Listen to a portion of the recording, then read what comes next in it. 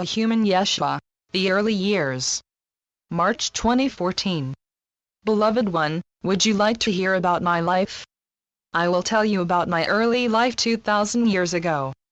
I often hear your questions, wanting to know, what was your life like? Was it truly as recorded in the Holy Scriptures? Partly, yes, and partly a bit different, because you each have your reality as you understand your hologram and your reality, and others may look at your life and may see it differently than you do. My truth, lowercase t, is the story that I am going to share with you. It is how I understood that lifetime and how I understand that lifetime now. That incarnation truly began even before there was form, because it extended, as your lifetimes extend, back in ancestry, back in what I term a lineage of thought, so that when I took upon myself form as the infant, I already had a history. I already had history of off-planet lineage, because yes, I did travel in what you now would identify as spaceships, and I was part of what you would understand to be the extraterrestrial, because I did not live all of my lifetimes upon Holy Mother Earth. I have lived several lifetimes upon Holy Mother Earth because she is a beautiful being, but there were lifetimes, incarnations of different form, that were upon other celestial beings, planets you would call them. The form of incarnation was different according to whatever planetary mass I was upon. There were times when I used the energy of mind to travel what you would now understand to be great distances in space. So before I came to be with Mary and Joseph, I had a great lineage of experience, as you do, and there are times in what you call your present lifetime when you call upon the experience that would be otherworldly. Sometimes you wonder, how did I know that? Well, you knew that because it is deep within your soul. There was agreement that I would have incarnation at a certain time of conflict. You have history of how the Jewish people were split into divisions as to religion, how the one God should be worshipped, and there were very strict rules. Then you had the Essenes who were part of the Jewish culture and lineage, but they were much more into the spiritual understanding of what you would now term metaphysics, beyond the physical, because there was a history, again, a lineage for them of masters who had given a roadmap and some directions. And then you had the Romans, of course, very much into power and domination. Not all of them, but the collective consciousness wanted to be seen as very strong leaders, in control. You have the descendants of the Romans in this day and time, and you know the ones of which I speak. So there was agreement that I would take incarnation at that time and come into a world not so very different from what you have in this day and time, where there was divisiveness, and where there was love among people who were close to each other in the family units, and yet even divisiveness within family units, the same as you have in this time. My birth was, on the worldly plane, very normal. I was born of woman the way you were. I had in my knowing and understanding that physicality is not all that there is, and I lived as the infant more expanded beyond the physical. There was a grouping of friends, old friends, who did not need words to communicate with each other, and they knew that I was coming. They knew that we had traveled together in many other lifetimes as well, so they came to welcome me, the wise men, the magi, as they are called. Magical in the true sense of going beyond the physical. They knew that I had come to live a lifetime that would be as an example. Now, it was not all written out in the scripting ahead of time. In fact, most of my life, as yours, was open to improv. That is why I speak of improv so often. It was open to choice as to when and how, and what I would choose. It was most interesting. For the first few years I grew as little human boys grow, and I was quite happy to be with body and very happy to be beyond the body, because I knew, as your small ones, many of them in this day and time, understand that they are not just the body. Yes, the body will scream, and they will scream when they are hungry or if they are uncomfortable or if they need something. The infant has not yet learned the sound of language that is of the culture that they are born into, and so they do the vocalization which always gets attention and they get taken care of. I did the same. You have the story of our sojourn in Egypt for a while, and then we returned to Nazareth, and my father Joseph took up carpentry once again. I was very fortunate having a Jewish mother who had many friends. She was very outgoing, still is. She had many women friends with small children who also had had the guidance to go away for a while until it was safe to return, and so I had plenty of playmates and I never lacked for companionship. I played, I climbed trees, I jumped into the flowing water, I swam.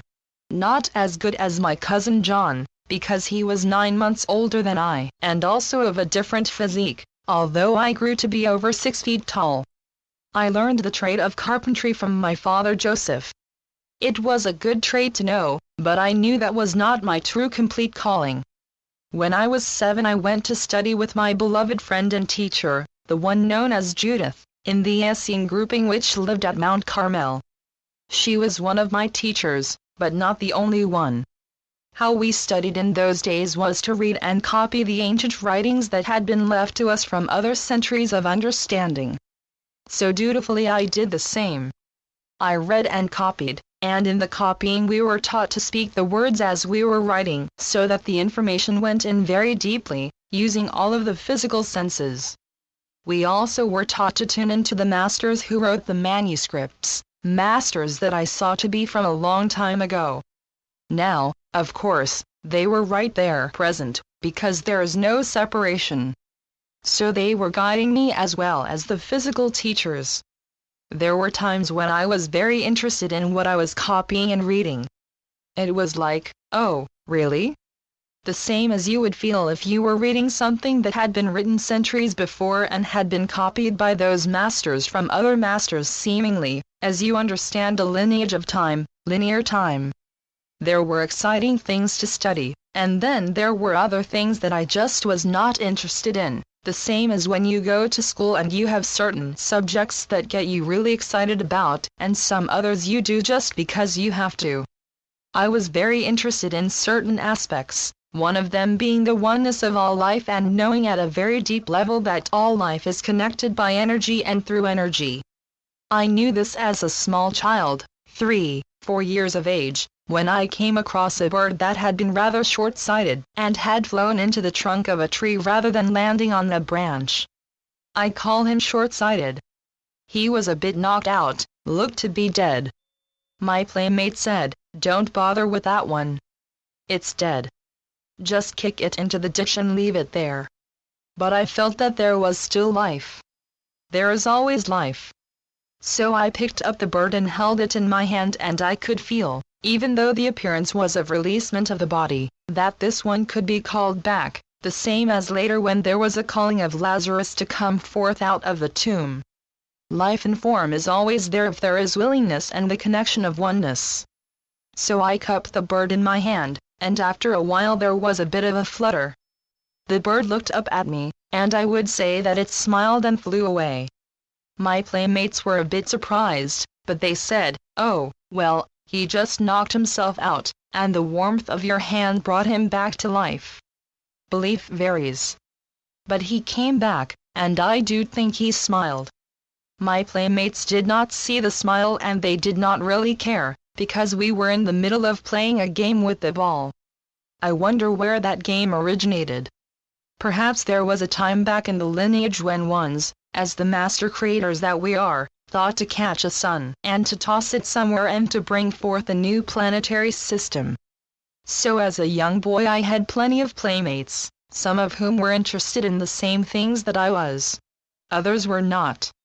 But after I went to the Essene community, the ones there were more attuned to the expandedness, I am not going to call it higher or lower, but I am going to call it expanded understanding of life and of energy. They were the ones with whom I grew up from the age of 7 to 12, studying with the Essenes the ancient manuscripts, the energy of nature, being out in nature, sitting by the flowing water and perceiving it as liquid energy and feeling the rush of that energy, watching the plants that grew along the stream, and watching the ones that were in the water, how they would bend when there was quite a rush of water coming, like in your season of springtime. There would be a great rush of water, and we watched the reeds as they would bend and not break. There was a perception in that if you stand your ground and you say, "This is how it has to be," and you take your knocks, saying, "Well, I am very strong, and this is what I believe, and you're not going to knock it out of me, okay? That is one way to go. But if you are like the reed that can bend with the water, you do not take the knocks and the bruises. I learned that. I took a few knocks and I understood bruises. Also, as a small one, 2 years old, I remember running and falling down. You have nowadays the paved roads. We had just the natural road, and sometimes there were rocks and outcroppings, and you could fall down, and I did, and I scraped my knee. Not very pleasant. I ran to my mother and cried, I hurt my knee, and being a good Jewish mother, she knew how to make it better.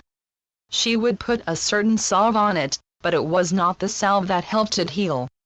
It was what she did with the energy of the hand on the knee and the knowing that it was going to heal. That is where your healing comes from. Any kind of healing comes from the belief and the knowing that healing can happen, that it is happening, that it is very much in process. Even as it shows some evidence of being otherwise, it is very much in process, because there is a very strong ingrained belief in time from generational teaching, a belief in time and a belief in process. Now, in truth, there does not have to be process. It can be instant.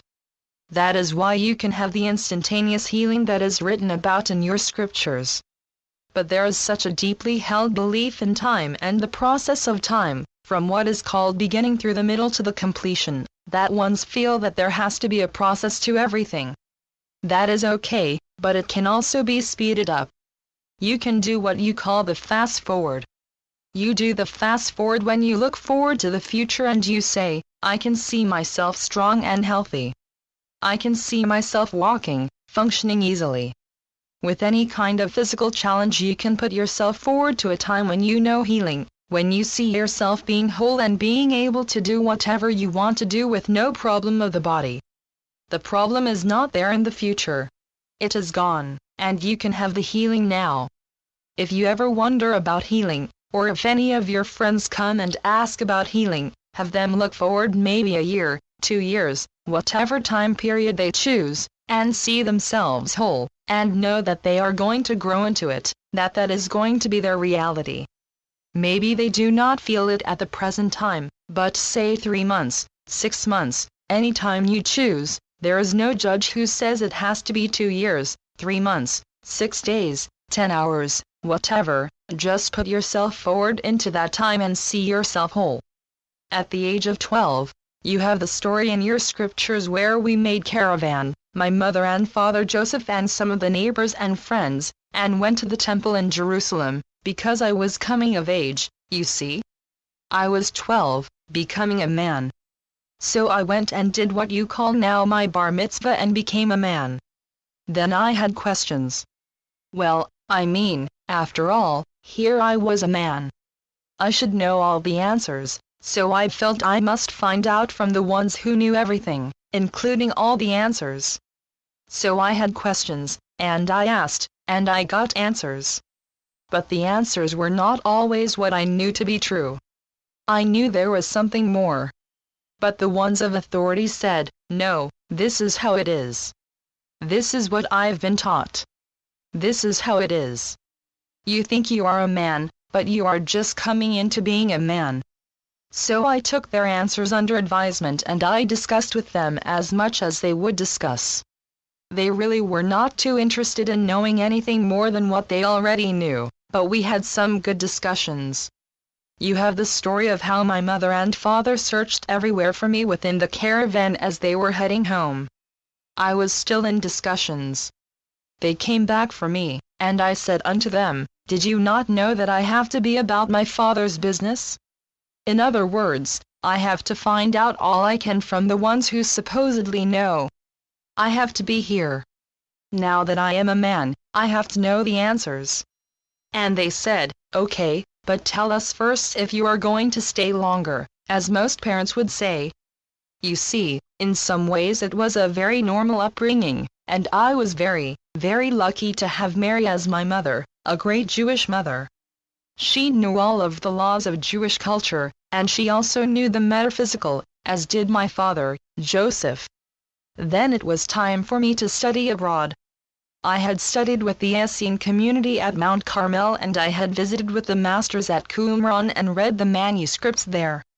I had read and copied, I had spoken, I had read out loud all of the ancient manuscripts, and I had questioned the priests at the temple, but I wanted to know more. So I set out in a caravan with the camels to travel abroad to study with masters in other lands. It was an exciting time for me. It was a scary time, because now I was a man. Now it was time for me to go out on my own. But, you know, home looked really, really good to me, and I was not really sure, but it was arranged that I would go, and so I did. I had more questions and I got more answers. I met most wonderful healers and teachers, and ones who had come through the same process of questioning and seeking and finally finding their truth, and they shared with me their truth. Now, you have the rest of the story written in your holy scriptures about how I collected to myself the 12 disciples, except that there were more than 12 and they were not all males. In our next message we will cover that part of my life. To be continued. Yeshua ben Joseph, Jesus. Channeled through Judith Coates. www.oakbridge.org.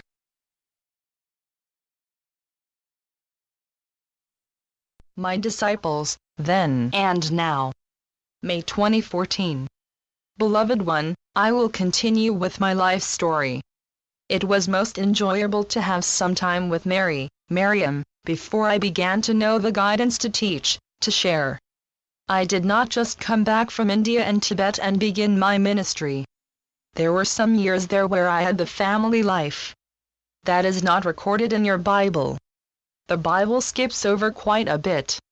It was during this time in which my biological father, Joseph, passed on, and it was questioned in the family that since I was the oldest son, according to Jewish culture I should take over the family affairs and stay at home with my focus on the family. But I knew, and the family knew as well, that this was not my divine purpose. So my brother James took over that responsibility, which freed me to begin what has become known now as my ministry. I never called it my ministry. I called it my sharing with friends. Anyone who wanted to dig deeply into understanding themselves and understanding life was my friend, was my family.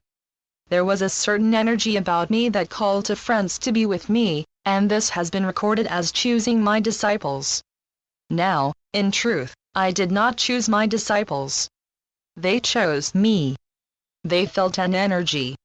They felt a contagion, if you will, of lightheartedness that went beyond the heaviness of the world, and they knew that I had something to share with them that would impact their life.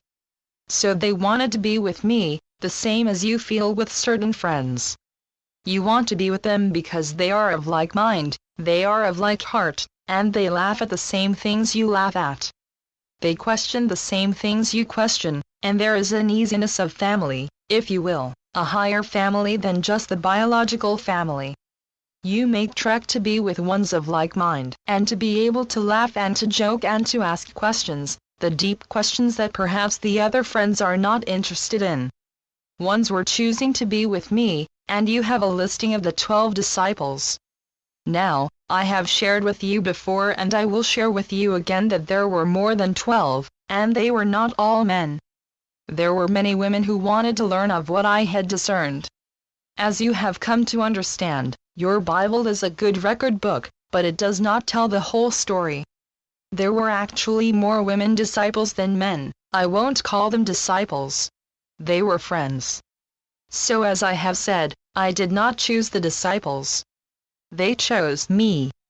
And they were willing to follow a certain discipline. They were willing to take upon themselves a discipline of seeking, of going deeper, of sitting in the silence and asking for guidance, of following that guidance even if it did not seem to be the easiest in human terms. There is an energy about every idea, and you can feel that energy. Some ideas get you really excited, really turned on, to the point where you want to know more, and you seek other people and other books which will allow you to go deeper with the questioning.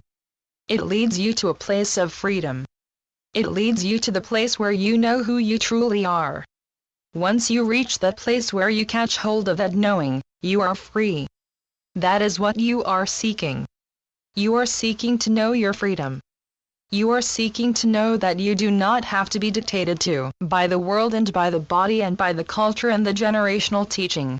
That truly you are divine. That you are the light that we speak of so often. There were ones who were drawn to me who traveled everywhere with me. And as I have said, it was more than just the 12 men. There were many women as well. In this day and time, you are seeing the rise of what is called feminine power coming forth from the gender that has the body made as a woman, but also within the male gender the feminine side is coming to the forefront to a balance, so that you are coming to a place of integrating all of you, every part of you. There is a movement for equality gaining strength now, no matter what the body looks like or what kind of plumbing the body has. A feeling of understanding of equality, and bringing forth the feminine qualities in expression in both the male and the female. 2,000 years ago there were ones who were seeking to know, sometimes feeling that the physical body they had created was not exactly an outpicturing of who and what they were. There were ones who experienced some of the questioning by themselves and by the friends, so that again you are repeating a process and coming to a place of evolution, of coming to a place of balance, of equality, of loving and being in love, in a state of love with each and every one of your friends, no matter the appearance. It is most wonderful to look upon physical appearance and to see the uniqueness that each one brings to the physical incarnation. There is a generality of form. There is a generality of personality. But within that there is much difference of expression. So in what is termed my ministry, the 3 years that I traveled around the country with the ones who were attracted to my teaching and to the energy of that teaching, in those 3 years, Marianne traveled with me. Friends, very deep close friends as all of you are, traveled with me, heard my words, discussed my words, said, well, he meant such and such. No, he meant. There were many good discussions, and oftentimes it would be the women who said to the men, look. Just go with the feeling of the heart. Stop trying to live in the mind and make everything balance out in the mind. Go first to the heart. Sometimes the men listened and sometimes they did not. And that is still true. Sometimes there were women who wanted everything to be analyzed and have everything fit neatly into little boxes. But love does not fit into a box. It overspills the edges. That is what love is all about, expansion and overfilling. When you get into the place of love, you do not even consider that there might be a box, because you are so caught up in the feeling of expansion that truly there cannot be any boundaries to it. You are just alive in that energy and you want more of it, and that is what the multitudes were seeking when they came and walked with me and met on the various hillsides, and I spoke to them of the love of the Father. As much as they could accept, they did accept, and they came back for more because it felt good. Then they went out as the ripples on a pond, and they touched the lives and lives thinking of their friends, the ones in their villages, the ones in their family, if the family would be receptive. Sometimes the family was not receptive at that time, but there were seeds planted that grew in later lifetimes. As you have seen, there are the seeds of ideas, and sometimes they will grow and flower, and there will be fruit. Other times they lie dormant for a while, maybe for some lifetimes until the individual has completed whatever they thought they wanted to know more about. And then there will come the seed growing in the consciousness. You are the seed planters. You are the ones who allow the seeds to be given, and it is not your responsibility to make those seeds grow. It is only your job to happily share them with the brothers and sisters and let the seeds fall where they fall, and let them grow in time whenever the time is right. So in those 3 years, there were many people who caught a glimpse of heaven, and how heaven could be upon earth, and ones who could live in love and equality and even simplicity with brothers and sisters. Many lives turned lives round and changed because of a word or two or a gesture. Many of the ones returned to hear more when they knew I was going to be in the area, because they wanted to know and experience that feeling of being accepted and being loved and being okay, the same as you have right now with the brothers and sisters. All of them are looking for acceptance, looking for love, looking for true friendship and understanding. You go about your lives, and it seems like an easy, simple thing to do sometimes, just to smile at someone, and it may change their life forever. Just a simple smile.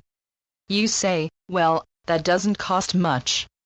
Not to you, but to the one receiving it, it can mean everything. Now, I have clarified some information about the disciples, more than 12, more than just men. I enjoyed the men. There was great camaraderie with the men, but I also enjoyed the women and their questioning and their love and their understanding. The disciples were called disciples because they were willing to take upon themselves the discipline of living in love and spending time in the silence renewing the love of self. The 3 years of what has been called ministry were 3 years of sharing. I did not call it a ministry. I did not feel myself to be above the ones who came to hear what I had to share. I did not know ahead of time what I was going to share, but I knew who and what the brothers and sisters were. If I could give them a glimpse of that, they could catch that image and know themselves to be whole. The understanding happened on the emotional level. It also happened on the physical level, and that is why there were physical healings, because once they caught a vision of the divinity of themselves, the power of love, then the physical healing had to come forth, because no longer did they need the challenges of the body. You live in love. You express love, and it feels really good to be in that space, does it not? That is why the multitudes came back over and over. That is why ones in this day and time want to know what you have to share. They ask, how can you smile when things are happening in your life that could be a challenge? How can you smile, and how can you say that things are really working out for the best? It is because you know that everything works for the awakening, the realization of wholeness. If you can smile through all of the manure that the world will throw at you, then perhaps there is hope for them, because sometimes they feel like they are living in the manure, and they are not quite sure if there is a way to shovel their way out of it. But you smile and you say to them, yes, I have been where you are. I know what it feels like to be almost drowning in what could be self-pity. But I also came to the realization that I was the one who was creating the reality. And if I was creating it, I could change it. With that one powerful thought, things change.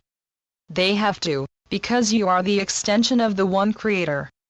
Take that to heart. You are the extension of the one creator, and you live in the heart. That is where I live, and that is where you join me and I join with you. You are my disciple, then and now.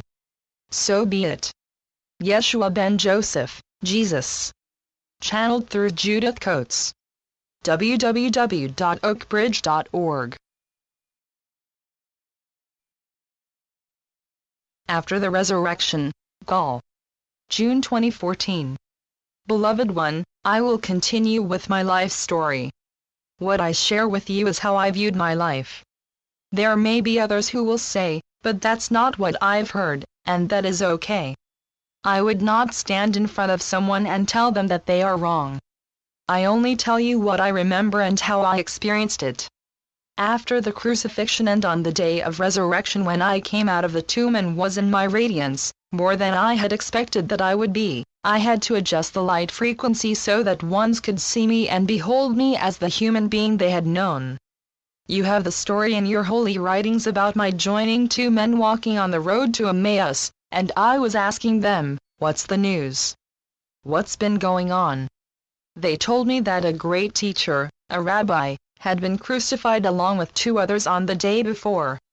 As I walked and I talked with them, they realized who I was. I said to them, that which I can do and have done, you can do also, although they did not quite believe me. But in later times, they also resurrected the body, because they knew that the body is a creation of the divine energy. I went back to Bethany where the upper room was, the mansion where we met on the night before the crucifixion and ate the Passover meal. I went back to Bethany, which was the home of Martha and Mary and Lazarus, and I joined with the disciples, with my mother, with Miriam, with every one of the friends who wanted to be reminded that I was no longer in the tomb. But Bethany was not what you would call a safe place to stay, because it is very near to Jerusalem, and there were rumors that I had not died upon the cross. In fact, There were rumors that it was not I who was crucified, that someone else had taken my place. So we did not stay there very long. We traveled north to go to Nazareth, but we did not go that far. We went to the area known as Arimathea where Maryam's uncle, Joseph, lived. Now, Joseph was quite a business person, and he had many ships which traveled to Britannica, Britain, as you know it now, where he had tin mines and did a great trade in mining. This is where we stayed for a while, and as the rumors kept going that the rabbi had not been finished yet, and ones of the soldiers were still on the lookout for any personage who might be me or associated with me, it was a time of opportunity for great fear for the ones who had followed me, the disciples and the multitudes. If they were to say that they were friends of mine, it was a time of opportunity for fear.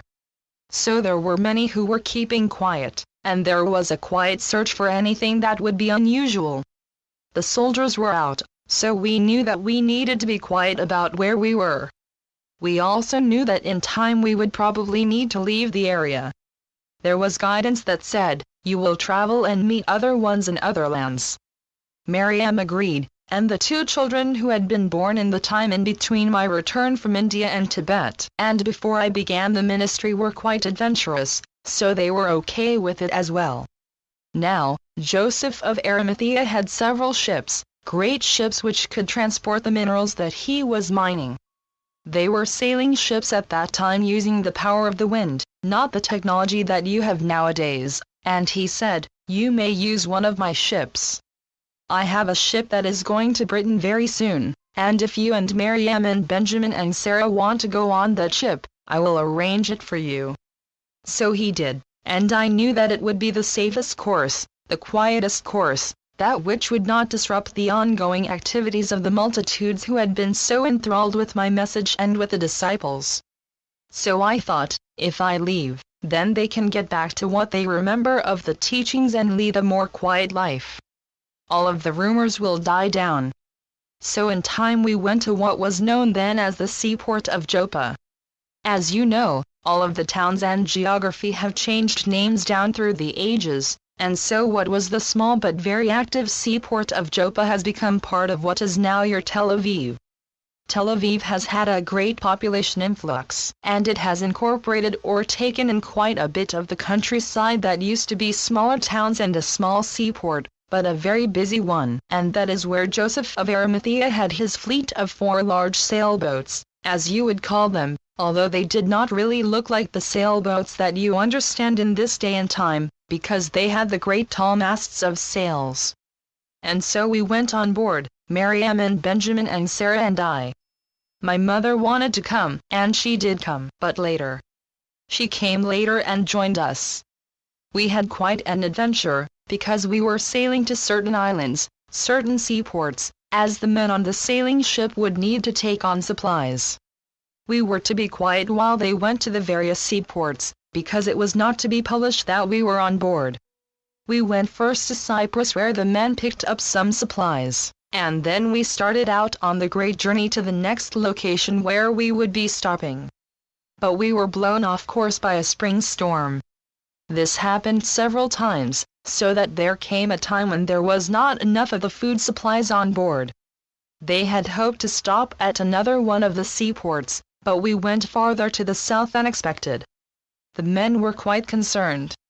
What were they going to do to feed the crew and also our family? So I said, "You do not have to worry. You can manifest it. Just hold out your hand and know that the bread is going to be there." They looked at me like, I don't think I believed this. But they were game for it because they were hungry, and the pains in the tummy spoke louder than the questioning. So they held out the hands, closed the eyes and hoped, and it happened, so that all of the men on board in time were fed. It did not happen all at once, because some were more stubborn in their thinking, so it took them a bit more time to accept that this could happen. We traveled quite a long time aboard ship. Sarah was quite young.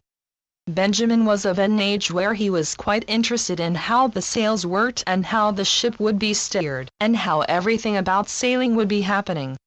He took it all in, because he was quite curious and quite ingenious about what he understood. after a long while, and it did seem to be a long time because, again, the course which was set was not always the course that the winds wanted to follow. We came to the southern part of what was known then as Gaul, which you know now as France, and the Mediterranean area of southern France. We landed at a very small seaport because, again, we did not want publicity. We got off there, and then the ships continued on their trip to Britannica to do their mining. It was an adventure for Miriam, for me, for the children. It was an adventure in consciousness as well as human, because we were traveling with the bodies, and yet at the same time the consciousness had expanded with the crucifixion and the resurrection and with the ascension. That is a good point to bring up right now, the ascension, because yes, I did allow the molecules of the body to become as light, which they are in the normal state, and I did allow the ascension to happen. But I did not stay ascended away from everyone. That has been part of the story that has been handed down to you, that I, because I was so holy, ascended unto heaven, unto the Father, and that to this day I sit at the right hand of the Father looking down at you and judging all of your activities. Well, that is not true. First of all, I do not judge. Everything is your choice to experience, and, hear this well, nothing is a wrong choice. Everything that you choose brings you to the next step in understanding the expansiveness of yourself. So there are no wrong choices. Your religious philosophical orders would have you do penance for many of the choices, but I do not judge. I did not stay ascended away from you. I came back. I wanted to be with you, and I knew there was much more to life, much more to the adventure. But I want you to hear it well, that truly I can go nowhere away from you. Always I am with you. I am at your right hand. I am at your left hand. I am at the right hand of the Father. I am at the left hand of the Father. I even sit upon his lap, as you do as well. There is no separation, although in the human understanding you see bodies and you see collections of energy and you say, this is all there is. But right beyond the outline of the body, your scientists, your photographers have been showing you the aura of the energy around you which is not contained within the body. It is beyond the body and extends out as far as you can imagine. So they are already proving to you that your energy does not stop with the edge of the skin. You are, as we have said many times, energy forever ongoing, forever creating. So we landed at a small seaport in southern France slightly to the west of the Rhone River which goes up into Germanicus, but it was part of France, or Gaul as it was called then, and we stayed on the outskirts of that seaport for a while and just gave out the story that we had traveled from relatives' homes slightly to the east. Ones welcomed us into the small village and we stayed there as long as it was easy to do. We knew that we are the energy of divinity, of light, and that we are every moment recreating the body, so we did not age. Now, Benjamin and Sarah wanted to age. They wanted to grow up, so they did.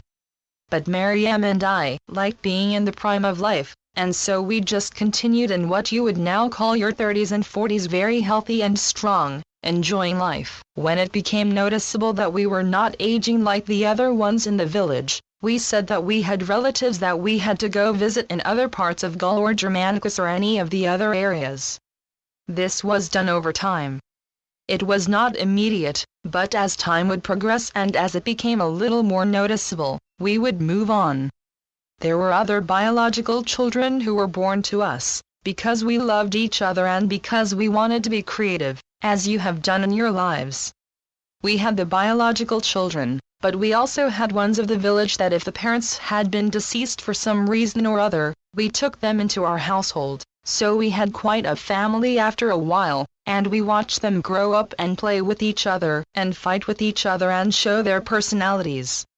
We shared with the children who were open to it what we knew of reality, capital R. Now, not all of them were interested. As you have nowadays, there are some of your young ones and some of your teenagers who have focus upon other things, and they did not have an interest in knowing anything beyond the farming, the chickens, the goats, and they were quite happy, so we left them being happy. But other ones would sit and ask questions. If they asked questions, we would answer. We did a good bit of traveling. We even went up into Britannica and visited the mines of Joseph. By the time we got to Britannica, Joseph had deceased the body, but was very much in spirit and came with us. We could see him, we could interact with him, we could talk with him, and he was very interested to see the development of the mining that he had seen as a younger person when he first started his business. So he was there. Many of our friends back in Nazareth, Mount Carmel, Jerusalem, Bethany, Bethlehem, ones that we had known, allowed the body to decease and came and joined us. And because we knew that nobody ever leaves you, it is not possible, we could see them. We could interact with them. If they wanted to, they could be born again into the physical, and some did, or they could just hang out as the spiritual beings that they are. This covered what you would see to be around 150 to 200 years. Now, I have said to you other times that my lifetime was 600 to 700 years as you measure linear time, and that was because I was enjoying life in the physical, although I knew I was not limited to the physical. So it gave me time to travel all over Holy Mother Earth and interact with ones living in those areas, and that is why you have the stories, the legends that Mary, my Miriam, has been in various parts of France, Germany, Poland, all of your countries, because we did travel there, and she did leave her mark, and I did also in various parts. So you have various stories and legends even in this day and time. Many of the children came with us as they grew up. Many of the children did not. They stayed in their villages because they made friends, they made marriages, and they stayed in the village where they were happy, where they had been born, where they had history, and lived out what you would call the normal length of time of a human life. And then perhaps they would come back and assume a form and find us. There were most amazing happenings, such as when you would know someone from a certain village and you would supposedly leave them behind as you traveled on, which we did, and you knew that they were happy living their life. They found a village girl. She was so beautiful that there was no way that he could leave her, and so you traveled on, and later this same energy would come in a different form as a friend in another part of Holy Mother Earth, and there would be a recognition that, yes, I have known you before. I know you, I understand you. There is an energy that is familiar. And you have felt that in this lifetime. You have met up with ones and instantly you felt at home with them. Instantly you were able to speak from your heart with them and they understood. Instantly there was that feeling of family. And you have wondered, how can that be? Well, it is because, yes, that energy you have known before, and that energy may change and take different shapes, but it is still the energy of the beloved one that you have known. So be it. Jeshua ben Joseph, Jesus. Channeled through Judith Coates. www.oakbridge.org. After Gaul, Britannia. July 2014. Beloved one, I have been relating how I remember my life 2,000 years ago. We spoke of after the resurrection and moving across the sea in one of Joseph of Arimathea's sailing ships and how we were blown off course for the adventure of it. And the question did come up, why did I not change everything and make it smooth sailing? Well, it was more fun to have a bit of adventure. Miriam and I and Benjamin and Sarah, we were out for the adventure. We knew that there is nothing that can hold you back. We knew that there is truly nothing that threatens the body, so we were quite enthusiastic about the adventure that we were having, and we let the winds do what they would do. We let our sailing mates, the sailors who were in charge of the ship, do what they needed to do. When we were blown off course, and they did not get into the seaport to get the supplies that they had planned on, there was great consternation and great questioning as to what they would do. Would there be enough rations to get to the next seaport? And so I had opportunity to speak to ones who were open to it and say to them, you create whatever you are experiencing. If you want the food stuff, hold out your hand and expect. Now, that is the important part of it. Expect that the food, the bread, the manna will be there. Some of them tried it and nothing appeared, and they said, oh, Fool that he is. Others said, I'm really hungry. I'd really like to see some bread, some food stuff. And in that instant, because they believed and had motivation enough, the bread appeared. When the other sailors saw that some of their friends could do it, they said, well, maybe I can do it as well. They held out their hand and they prayed and they prayed and they prayed, and they looked, and it was still empty. They came to me and said, Master, Rabbi, because that is what they called me, why is it not happening? And I said to them, here, let me put my hand under yours, and the food will be there. They believed that I had the power to do it, because they had seen me do it, so they knew that if I put my hand under theirs, it would happen. That bit of belief was enough to manifest the bread that they needed. And they believed. Sometimes you or your friend perhaps need a little bit of help, a little bit of a boost, where you come up to them and you say, you know, I've been through situations like what you're going through, and for me, this is what has helped. Let me share with you. Let me hold your hand, literally or figuratively, and let's walk through it together. So it was with the sailors. They at the soul level had chosen to make this voyage with me. They had chosen at the soul level, maybe not the conscious level but the soul level, to have an adventure and to come to a place of seeing miracles. And they went away changed, after Miriam and I and Benjamin and Sarah had left the ship, because they had seen that life can be a little bit different than what they had been told it was going to be. It was what you would call an expanding experience, expanding into understanding their divine nature and how they could create, and how everything truly comes out of your belief as to what you believe is possible, what you believe you can do. Belief resides deep within you, and oftentimes it is a bit difficult to reach. In other words, you are not quite sure what you believe or why you believe it until you see the results of that belief. But once you see the result of the belief, then you can trace it back and say, I must have this belief about myself, about the world, about others. I can trace it back and then consciously ask, do I want to keep this belief?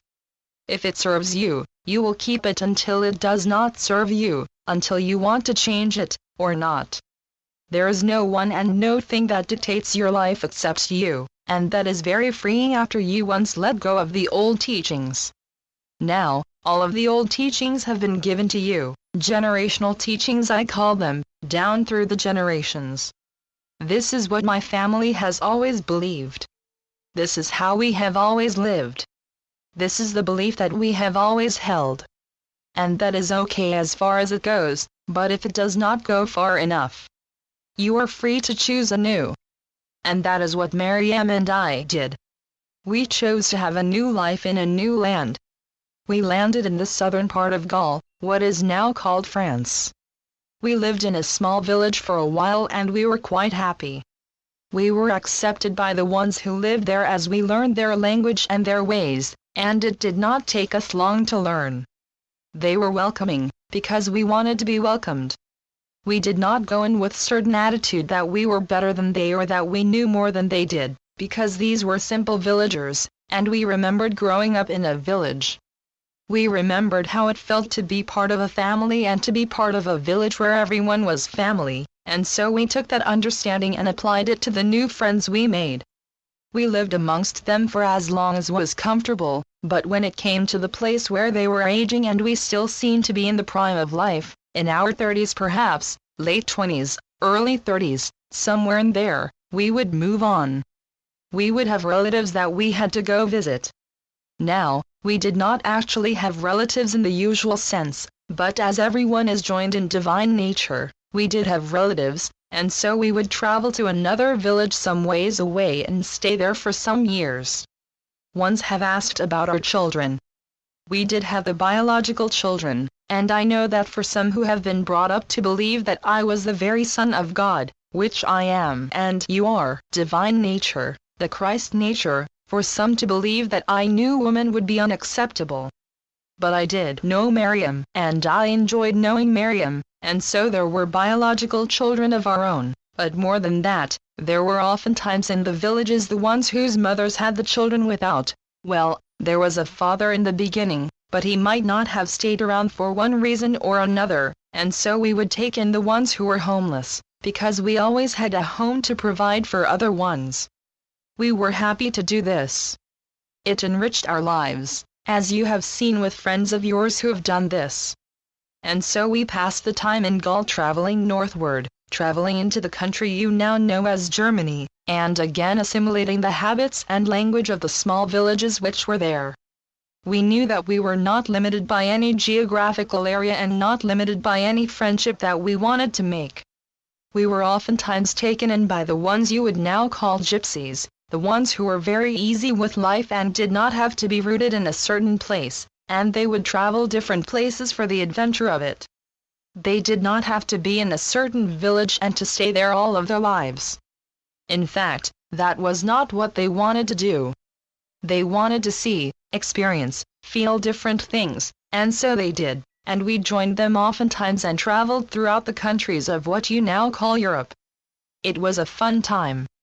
We enjoyed traveling, meeting new ones and sharing with them the love of the Father, Mother, God, Goddess, all that is, whatever you want to call the divine principle. And we did it without preaching. We just were. We just enjoyed companionship, as you do when you get together with your friends. After a certain number of years, we traveled to Britannia to see the tin mines that Uncle Joseph had. He was with us in spirit, although he had allowed the body to be released. He was very interested in how it all looked after a passage of a good bit of time. We associated with what you now know and call the Druids, who were the learned ones, the ones who had been handed down the information and the knowledge of how to read and write and how to keep up the religious mystical belief. Others in some of the outlying districts, the ones you would call the farmers or villagers, were not of the Druid class. It was a bit like the Essenes and the Essene teachings, in that the Druids had their belief system that was passed down generation to generation through the families. And there was worship and understanding of nature, a feeling of oneness with nature and a knowing that there was a higher principle at work in human life. They devoted their time and their studies to the teachings of oneness in their understanding of all of nature. There was for them a very sacred tree, the oak tree. Now, all of the trees that grew were sacred, but especially the oak. It was the symbol of life. So Miriam and I, and some of the children who traveled with us, lived with the Druids for a while. Now, Benjamin and Sarah, Catherine and Mary, Jacob and Michael, Susan and Rebecca, our own biological children, had grown up, but they had also asked of us, what's the secret to life? What's the secret to staying young? How do you do this? Some of them had aged a bit. Some of them, especially two of the girls, fell in love with village boys and decided to have a normal life. So they allowed themselves to age with the husband and with the children that they procreated. We spent many years with the Druids, with the different communities, and we understood the basic premise. It was for us a time of expansion, a time of sharing what we knew, what they knew, and finding common ground. Many of the Druids were very wise at a very deep level. They lived the human life, but they also knew how to extend life. Some of the Druid priests and priestesses allowed themselves to travel with us, because there were the Druidic communities in northern Gaul as well as Britannia, and the different communities had in some cases different emphasis as to belief system. After Britannia we traveled to what you now call the northern regions, where ones were wearing fur, the animal fur. Knowing oneness with the animals, again, this varied from village to village and community to community, but for most of the ones whom we met and interacted with, there was the belief and understanding of oneness of life in different forms. And you have tradition in this day and time of many of your peoples who will give thanks ahead of time for the deer that stands in the way of their error to give food and raiment. During the time we were living in Gaul, and when we traveled to Germania and the lands beyond there and up into Britannia and beyond, there was another aspect to our lives, a most wonderful aspect of knowing our space brothers. This is not a new thing. Some of your brothers and sisters are beginning to think that there might be life on other planets, other solar systems, other star systems somewhere. They are beginning to think there might be intelligence beyond just Holy Mother Earth. It is good that they are beginning to think that. It is expansion on their part. We knew, because we had experience in what you call space and space travel, we knew that we have brothers and sisters, although there might not be gender as you know it, in space beyond Holy Mother Earth. And so during this time there were opportunities to have discourse with what you call the ETs, the extraterrestrials off of Holy Mother Earth, and to know the love and communications with more than just what we could see with the physical eyes, although some of the space brothers and sisters would make themselves known to us in physical form, even if the form was not human. It did not need to be, because if they had been adapting to another planet, perhaps the form would be different, and most often it was. But the divine nature is the same. And so there was, again, a oneness that we knew. That is why I speak to you so often that there is no separation.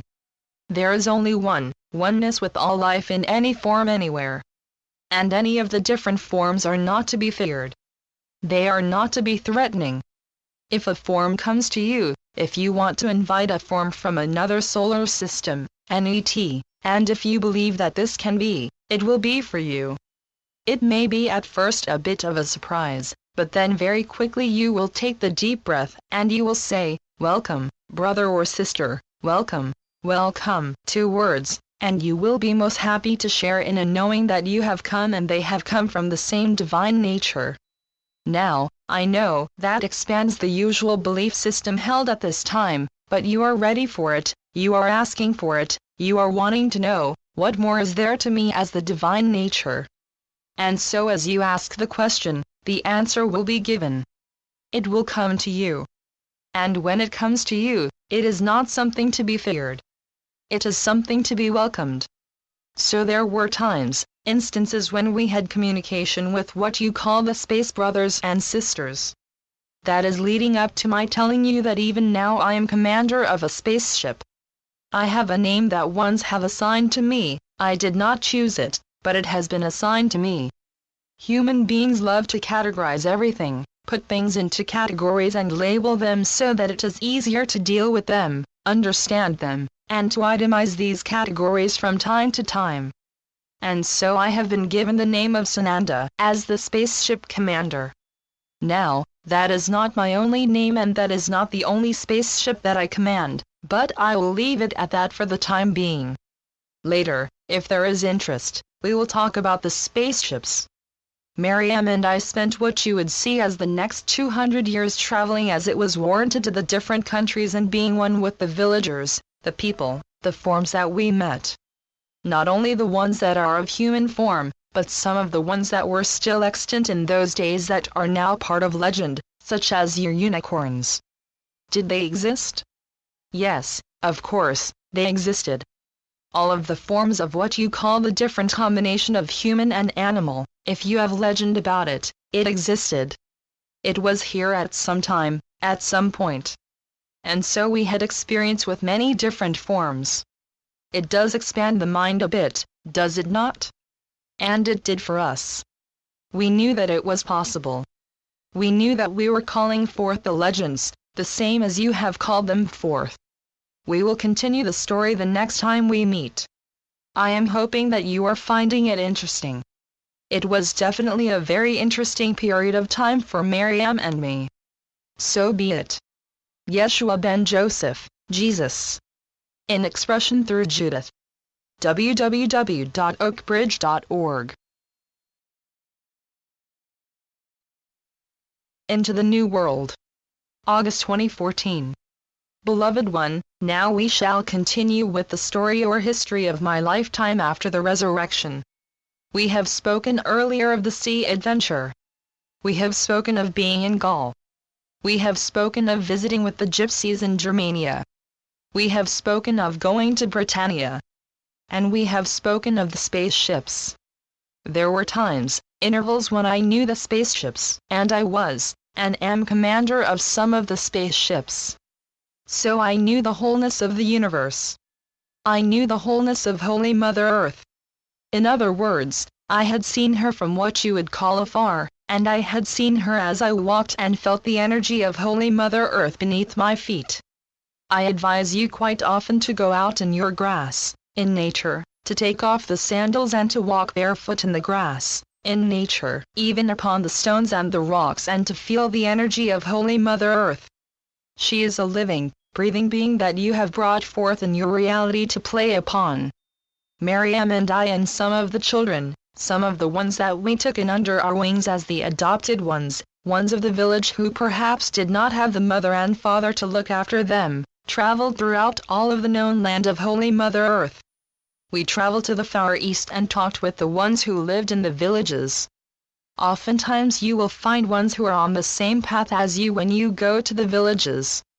The big cities or towns as they were then usually were comprised of ones who were more narrow-minded in that they were set upon a certain goal.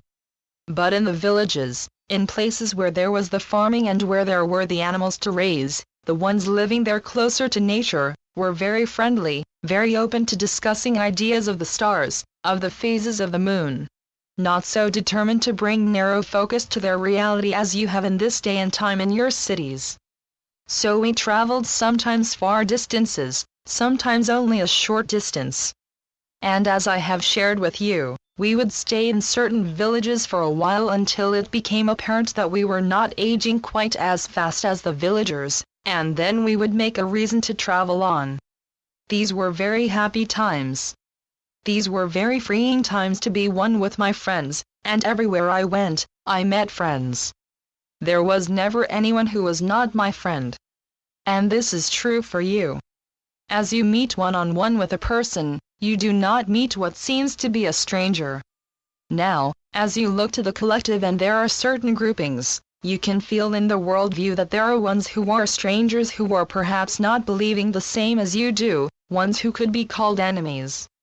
But when you meet them face to face, that all drops away as you get to know them and you begin to understand that they are living a life with its challenges the same as you, and then they become a friend. A friend, by definition, is an equal. When you come to meet a friend, you see them as yourself. You see them struggling sometimes to understand what life is all about. You see them coming up over the challenges of the world and you know, because you have been there, how that challenge feels, and you meet them on an equal footing. That is a friend. So in time, because we did measure it in time, we found ourselves in what you would refer to as the New World. In other words, this country of yours and to the north and to the south. We came to this land and it was already peopled by friends, ones who had been here for a long time and had an understanding of relationship to Holy Mother Earth and a reverence for life in all of its forms. They could speak to the spirit of a tree and receive messages and blessings from all of nature. It was wonderful to partake of their energy. It was wonderful to understand what they had brought forth in the evolution of consciousness. We found this in what you call North America and also in South America, for there were ones already inhabiting these lands. Now, this is not always written about in your history books. It is much abbreviated, shortened as to the history which did not begin until your Mr. Columbus came over and discovered that there was a land to the west, or the east as he thought he was going to find. And there were people already here, people who truly understood the way of Holy Mother Earth much better than some of the ones in countries that had evolved their civilization. Now, truly the civilizations from which the Europeans came had already gone through a phase and were in the middle of a phase of power. There were the rulers, the kings, the queens, the ones who were of royal descent. Now, all of you are of royal descent. All of you truly are equal, but that was not seen in the collective consciousness at that time. There were ones who were born into the ruling class and defended it to the death of the physical body. I traveled the area that you are now in Northwest Washington State. I left my footprints. You will see them if you have the eyes to see them. You will feel them when you go up on top of your mountain and you look and you are attuned to the energy of the mountain. You will feel my energy, for truly I have left a part of me on all of the mountains of Holy Mother Earth. I have left my energy in all of the streams, the flowing water that I speak of so often. I have left my energy with all of the trees that spring forth and grow hundreds of years. You will feel my energy. Is my energy separate from you? No. That is why you will feel it. I traveled through all parts of what you call North America, through a country known as Canada in this day and time. At that point there was not separation of geographical political areas. I traveled throughout all, because I wanted to know and to be one with the inhabitants everywhere. I went to South America, as it is known now, and found ones of like mind there, ones who were most advanced in their simplicity. I spoke with them heart to heart and I found that they were masters, the same as the ones I had studied with in the far lands when I was gaining an understanding of myself, capital S. I found the simplicity of intelligence, capital I, everywhere present. As I have said, as time has gone by, the cities have grown up and the divisions of countries have come about. Sometimes even in one lifetime you will see the boundaries of a geographical area change as the countries decide to call themselves something else. But at that time it was all one. At that time there were ones that I could speak with heart to heart, mind to mind, soul to soul, because they knew, they understood the simplicity of being, and they revered life in all of its forms. Miriam and I joined them in celebration of life, however it would be formed. As I have said, these were wonderful years, times to look upon all of my brothers and sisters no matter what their form would be, no matter the coloring of the skin, no matter what they called themselves or the language that they used to communicate with each other. I knew by intuition, mind-to-mind understanding, all of the different languages. It is not difficult to do when you have the intuitive sense that grows. You know what the other one is speaking of even if you do not understand the sounds. And this is how I could travel and communicate and be one in all of the different groupings of the human form. Sometimes Miriam and I traveled to vast areas that were unpopulated by the human form, but they were populated by spirit, by the four-footed ones, the deer, the elk, the big ones, the small ones, the unicorns. And yes, the unicorns did exist, and they still exist. You may be hard-pressed to find the form, but it does still exist. All of your legends come from truth. All of your stories that seem magical are based on a truth of a time. So when you read stories and your mind and your heart get excited, know that it is a truth and you have participated in the creation of that truth. All of you have been creators. You have created the different forms of flowers. If there is a flower that calls to you, know that truly you were on the soul committee that created it. The same is true with the varieties of trees, plants, animals. We experienced forms that you no longer see in this day and time, but you have the legends and stories about them. They did exist. We did see them. I did ride a unicorn, because it allowed me. The same as the story I have told you about the camel. I did ride the unicorn, most wondrous beast, a magical beast, one that knew the symbolism of the one horn pointing to the oneness from which all are descended. All of your legends have a truth beneath them. In my travels it was possible to walk great distances and to walk over areas that now you might see to be separated land masses. It is possible to tune into any time and see what is available at that time. So when we wanted to cross from what you knew formerly as the Soviet Union into North America, it was possible to see the landmass joined. And so we walked across that, doing what you would say now to be a bit of time travel, because we looked to what you would call the past, and there it was possible because the land was joined. When we came to something that needed what you have built now that you call the bridge, the mechanical structure, if we needed that we could come into your time now which would have been the future at that point. You have built into this reality most wonderful tools as clues. You have built into your reality what is called the imagination, and the mental facility might say, well, using a future bridge is not possible. It's only imagination. But I ask of you, what is imagination and why do you have it? It is something that you have created and it is very much in your reality, so you can imagine the most fantastical bridge or the most fantastical tunnel that you want to in any moment in time. Now, how real is time? It is most wonderful to play with imagination, with imaging. Imagination is imaging action. Break it down.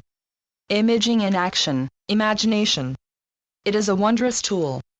I also had the experience of being the commander of if you will receive it, several spaceships, because I knew myself not to be limited to just this reality, not just the human reality that walks upon Holy Mother Earth. I wanted to see what Holy Mother Earth looks like from outer space, as you have sometimes asked, and your astronauts, meaning of the stars, have shown you. Now, in truth, there is no outer space. There is nothing outside of you, the whole self of you. But I saw myself to be in outer space, as you call it, looking back at Holy Mother Earth and being able to see its history, the creation and the forming and the changing of the evolution of the physical form of Holy Mother Earth. Your scientists are telling you now that the mountains were not always here.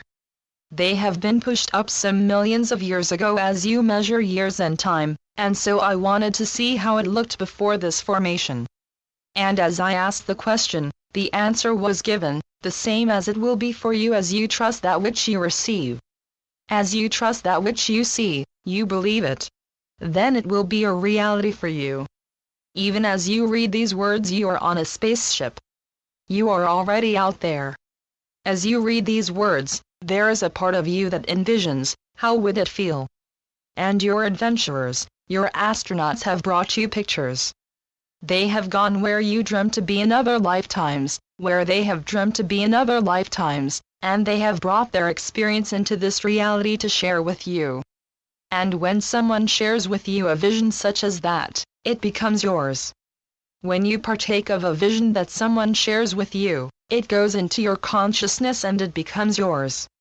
So that which you read in books, that which is spoken to you, that which you see in your science fiction movies and read in your science fiction books, where does that come from?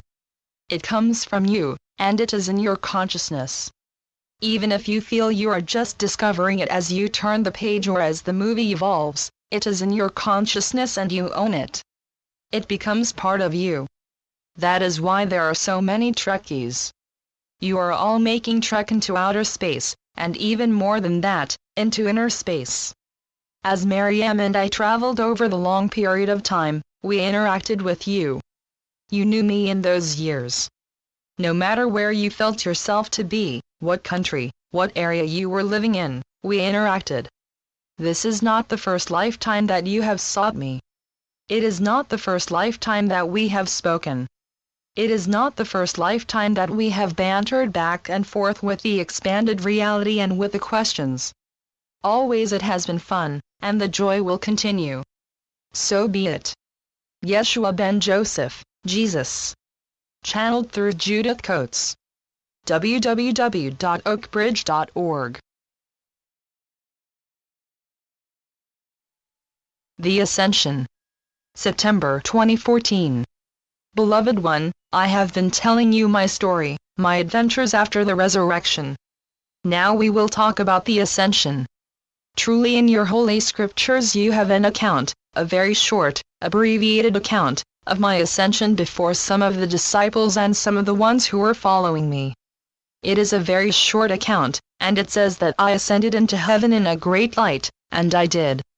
I knew that I was not confined to the body. I wanted to make demonstration of the light that we are, and to do a tactic, if you will, which would allow the ones who were seeking after me in order to silence what I would be speaking of, the ones who ordered the crucifixion, to think that I was gone.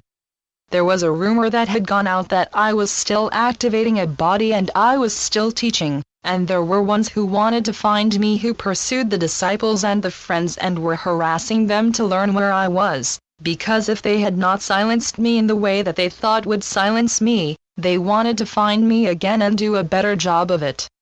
So I decided that I would do the ascension that is written about in your holy writings and that I would let ones know that I had left. One Yeshua has ascended into heaven and is gone from your midst, and you do not have to worry about him any longer. So I made the demonstration, and the story went out that I had ascended into the Father.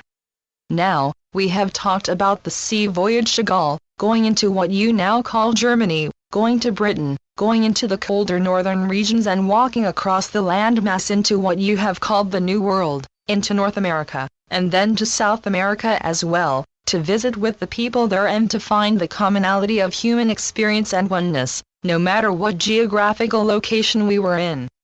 These were years, as you measure linear time, of some centuries, because it took a while to walk, to travel, to stay in the villages, to meet with ones who truly were friends from other lifetimes and other experiences. Some of the ones that you would acknowledge as being the native tribes in the New World, North and South, were ones who had been with me in the spaceships as well. You see, an incarnation upon a landmass is not usually the first incarnation that ones have. Ones usually find themselves in space because it is wide open, because it is inviting, because it is adventuresome. Then there is the feeling that they want to experience gravity, as you call it, of living upon a landmass and seeing the various structures of nature on the landmass. So there are then the incarnations on different planetary bodies. You have done that, and this is not, of course, your first lifetime here.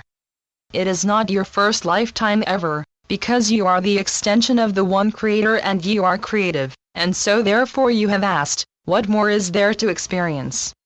What more can I create? Every day you create the day and the experiences in that day. After we had lived many years in what you call North America, which extended into what is now Canada, and we had adventured down as far as the tip of South America, we traversed back over some of the areas we had visited before and found our way back to friends in what you now call Tibet. We wanted to spend time with the masters in Tibet. It was a great time of celebration. We shared with the masters our joy. Everything truly is joy. You are created in joy. That is your true nature, joy, ease of being, creativeness. But as has been the human evolvement, or perhaps devolvement, there has been more emphasis placed upon the challenges, how to create the challenges and then how to create a way to come out of the challenges. Now you are beginning to understand the expanded self, the spiritual self. Not just the human self, but the spiritual self that truly activates the human self and the physical self, and to go beyond even the mental self to the place of knowing expanded consciousness of spirit. When we had conversed with the masters long enough, then we said, we are going to take leave of the physical bodies and we are going to ascend into our true nature. And so there was an ascension, a second ascension if you will, that is not recorded in what you have available to you right now. It was written by ones who witnessed it, but those writings have been buried and will at some time come to light. We ascended, Miriam and I, in front of the masters in Tibet, and we allowed some of the physicality to remain with Holy Mother Earth, the dust of the earth. And that is what it was. It was not the bones, it was not a skeleton, but it went immediately to dust, and the wind carried it to all parts of Holy Mother Earth. Those years, as I have shared with you, were years of enjoyment, of being in joy, being able to speak with friends. Even if we did not know the language and the sounds of the various languages that have grown up on Holy Mother Earth, we knew intuitively, mind to mind, what was being said and expressed. There was the open heart that truly we met everywhere we went. If there were ones who were into creative expression of wanting to see what they could do with the physical body, we would absent ourselves from any danger, because there were, as there is still in this day and time, the various tribes, gatherings of people who wanted to have power. Worldly experience has sought after power a long, long time, forgetting that the power is in love, in the divinity, and that there would not be the demonstration of any kind of power without the power of reality, capital R, the Christ nature, the divine nature from whence all power comes. However, it is used as the choice of the seeming individual at that time just for the experience of it. So, if there would be a thought, and we were very much into thought patterns, to see what they could do to our physical bodies, we knew how to absent ourselves quite quickly. The ones who traveled with us also knew this. So there was never any forcing of a destiny, as you would call it. We knew, as truly you know at a very deep level, that you are in charge of your life. And so if it was not hospitable, we did not stay around. Most of the ones that we met and interacted with were of the heart, of oneness with nature, except for some in various collections of what was called the civilized world, and that was not always so civilized. The ones that we met in the more primitive areas, as is judged, we're much more open to the heart energy and to nature and to the oneness with all life forms. Anywhere you go, you will find ones drawn to you because of your heart center, because you meet them in love and in the heart energy. You may have mental activities that you do with them, but the main attraction, it is as a magnet, it is the smile upon the face. It is the heart opening and the arms that open into a hug, if ones are open to a hug. It is the hand that is held out to be in a handshake, perhaps if they do not want the closeness of a hug. Drop by drop, little by little, that which you send out is having an effect that you do not see yet. It is as the deep water that runs smoothly underneath and is not seen on the surface where there may be a lot of turbulence. You are part of the deep water that runs peacefully and calmly and strongly underneath. There is no one outside of you bringing it to you. It is you inviting it and believing in it, and knowing that it is for real, capital R. Ones have looked outside of themselves for a long, long time. They have looked to the stars, they have looked to the heavens, they have looked underneath the rocks, they have looked everywhere, high and low, for the magic, the master who is going to make everything right for them. It was prophesied that I would do this, that I would be the Messiah who would lead my people into freedom. Who are my people? Everyone. Not just the ones of the culture that I was born into, but everyone. I did not see division. I would not claim divisiveness. I only claim oneness with all, including all human beings and all forms of life. All forms of life. So I was, yes, the Messiah, as you are the Messiah in this time, as you speak to the friends and you give them perhaps a glimpse of something higher and better that they can believe in, a bit of love that they can feel as you give them a hug, a bit of knowing that they are valued, that they are worth something. Many of the brothers and sisters, because of early generational teaching, do not feel that they are worth anything. They have been told over and over that they are worthless. If it has not been said in words, it has been said in deeds, where they were not listened to, they were not encouraged to be all that they could be. And so they have grown up, at least in body, maybe not in the consciousness, to see themselves as still seeking the love that they have felt they never received. So when you come along and you joke with them and you are direct with them about who they are, and you say to them, I behold the Christ in you, not in those words perhaps, because they would not understand those words, but you say to them, I like you. They can understand those words. They may not claim it at first. They may say, well, he thinks he likes me, but if he really knew me, he wouldn't like me. But as you say it over and over to them, they begin to think, well, she's a bit crazy, but I like what she says. So they come back for more. And as they become filled up with a feeling of being liked, it spills over to other ones that they meet, and little by little everything changes. Think not that what you do has little impact. It has great impact. As you will smile at strangers, as you will smile at ones you meet in the shopping malls, in your various places of employment, places where you go, know that you are the Messiah, because truly you are. You are the one who has the message of the Messiah. The Messiah carries the message. I carry the message. I said in word and deed that the human expression is not all there is. I did the demonstration on the cross and the resurrection so that ones could see that there is much more to the creative self, capital S, than just what you have been taught. You carry the message. Allow yourselves to be the Messiah. Take hold of the message and allow others to see. Even if you do not say anything, allow other ones to see that there can be an easier, happier path. Allow yourself to show freedom of being to the world, which is so sorely asking for help. Know that truly you are bringing about a greater vibratory frequency. Not from masters on high who are going to now gift you, but from your own master self. You are bringing in the frequency of understanding the divinity of yourself, the higher frequency of divinity. So the ascension, yes. Miriam and I made ascension a couple of times. Miriam ascended in Gaul when the physical body was burned at the stake.